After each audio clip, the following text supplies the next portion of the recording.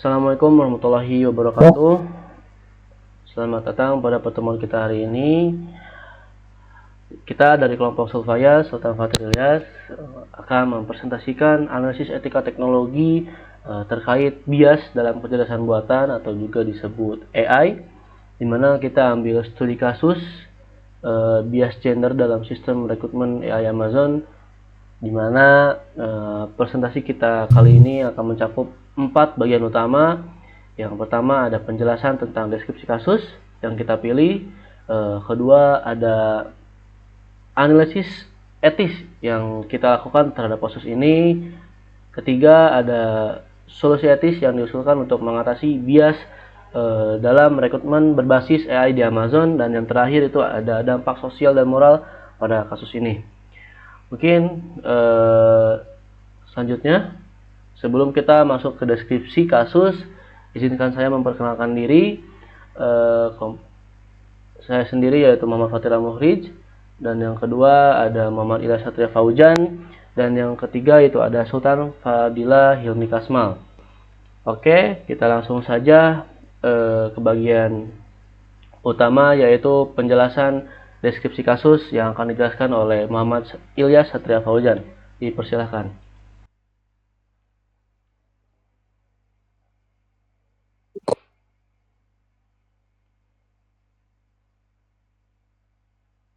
Oke, di sini saya akan menjelaskan mengenai deskripsi kasus yang telah kita buat mengenai Amazon. Pada saat ini, kecerdasan buatan atau AI telah diterapkan dalam berbagai aspek kehidupan, mulai dari keputusan hukum, rekrutmen, hingga pengenalan wajah. Namun, implementasi teknologi AI ini seringkali menimbulkan masalah etis. Salah satunya adalah bias algoritma. Kasus yang sering dibahas adalah adanya bias dalam sistem AI yang digunakan oleh platform rekrutmen dan pengenalan wajah, yang dapat mengarah pada diskriminasi berdasarkan jenis kelamin, ras, dan faktor-faktor lain. Salah satu contoh nyata adalah sistem AI yang digunakan oleh perusahaan teknologi besar seperti Amazon dalam proses perekrutan karyawan. Amazon mengembangkan alat rekrutmen berbasis AI yang dimaksud untuk mengidentifikasi kandidat yang paling sesuai dengan posisi yang tersedia. Namun, setelah diuji, ditemukan bahwa alat tersebut lebih cenderung memilih kandidat pria dibandingkan wanita, terutama dalam posisi teknis.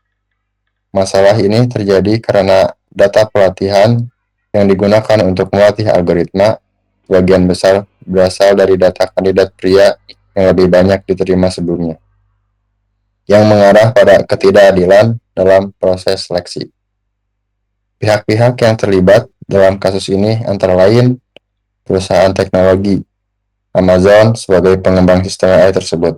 Lalu ada kandidat yang terdampak, para wanita dan minoritas yang terdiskriminasi oleh sistem AI tersebut.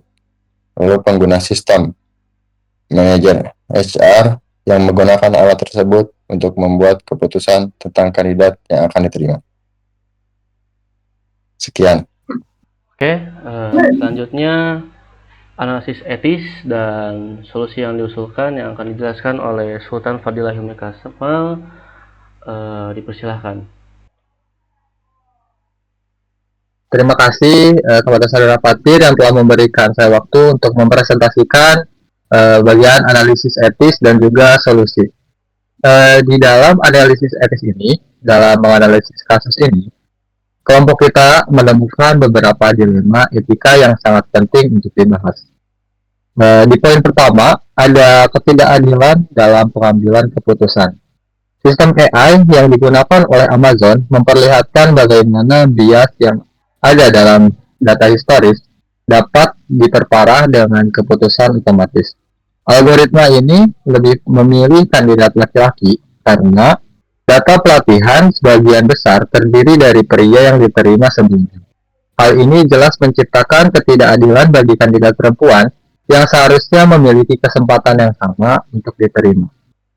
Lalu di poin yang kedua, adanya kurangnya transparansi dan akuntabilitas. Salah satu masalah utama adalah kurangnya transparansi dalam pengambilan keputusan oleh AI. Kandidat yang ditolak tidak diberikan penjelasan yang jelas mengapa mereka tidak diterima. Hal ini menurunkan tingkat akuntabilitas dalam sistem karena tidak ada cara yang jelas untuk mengevaluasi atau memperbaiki keputusan yang diambil oleh algoritma. Dan yang terakhir di poin ketiga, adanya penyalahgunaan data historis. Data historis yang digunakan untuk melatih AI juga menjadi masalah karena data ini mengandung bias gender yang seharusnya tidak digunakan untuk melatih teknologi yang bertujuan untuk membuat keputusan yang lebih objektif.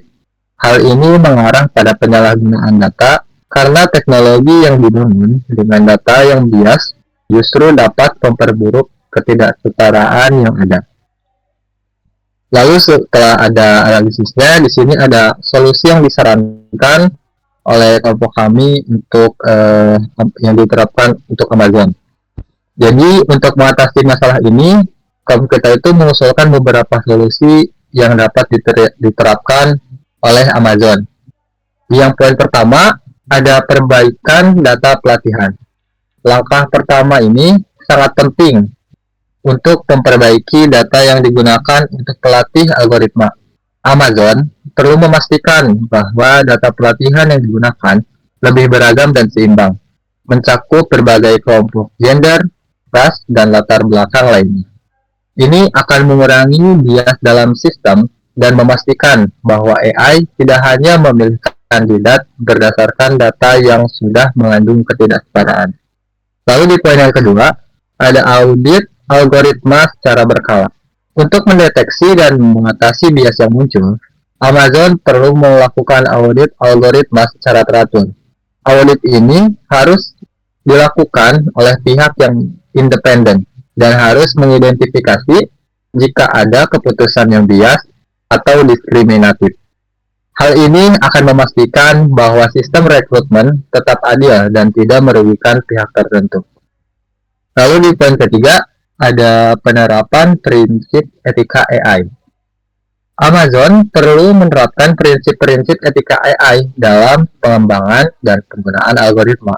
Beberapa prinsip yang dapat diterapkan adalah fairness atau keadilan, transparansi, dan accountability atau akuntabilitas. Dengan menerapkan prinsip-prinsip ini, Amazon akan memastikan bahwa keputusan yang diambil oleh sistem rekrutmen berbasis AI lebih adil dan dapat dipertanggungjawabkan. Lalu di poin yang terakhir, ada transparansi dalam pengambilan keputusan. Amazon dapat meningkatkan transparansi dengan memberikan penjelasan kepada kandidat mengapa mereka diterima atau ditolak oleh sistem.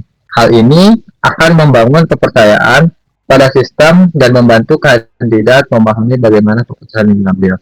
Jadi itulah solusi yang dapat kelompok kita simpulkan untuk masalah jadi kasus Amazon ini.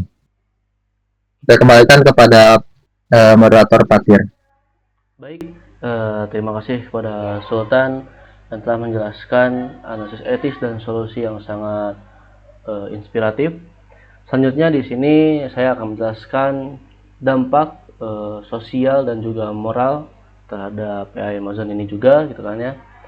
Yang pertama itu ada dampak sosial.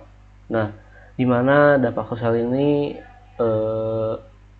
jadi apa ya? Penggunaan sistem AI yang bias dalam rekrutmen itu tuh dapat memperburuk ketidaksetaraan gender di industri. Nah, dan khususnya juga itu di bidang teknologi.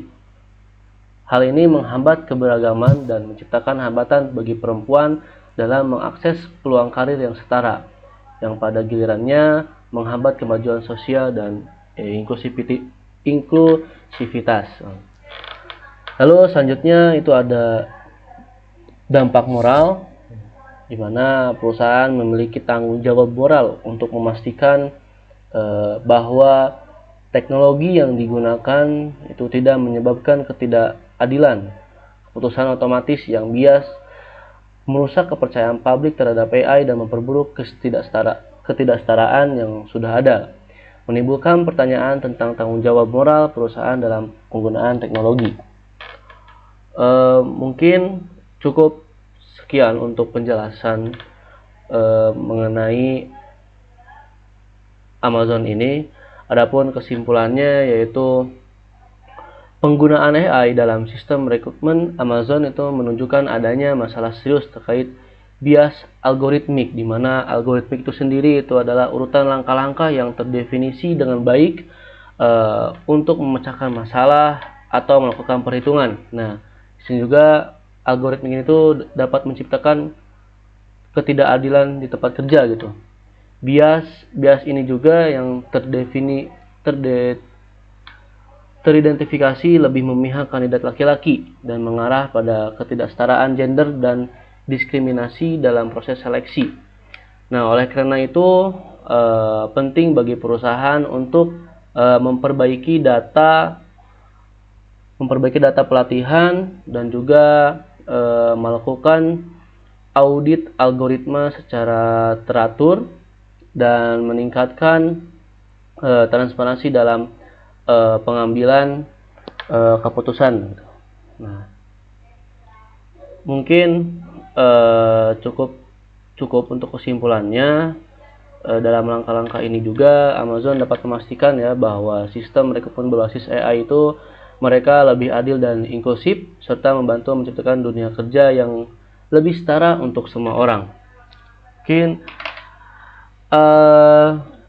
selanjutnya di sini ada daftar pusaka yang dimana yang materi-materi yang kita ataupun solusi-solusi yang kita ambil itu terdapat pada artikel ataupun jurnal ataupun buku yang kita ambil gitu.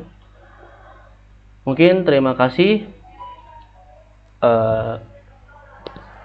dari kelompok kita, kelompok Sulfayas, Sultan Fatir Ilyas. Mohon maaf jika ada salah kata ataupun yang lainnya. Cukup sekian. Wassalamualaikum warahmatullahi wabarakatuh.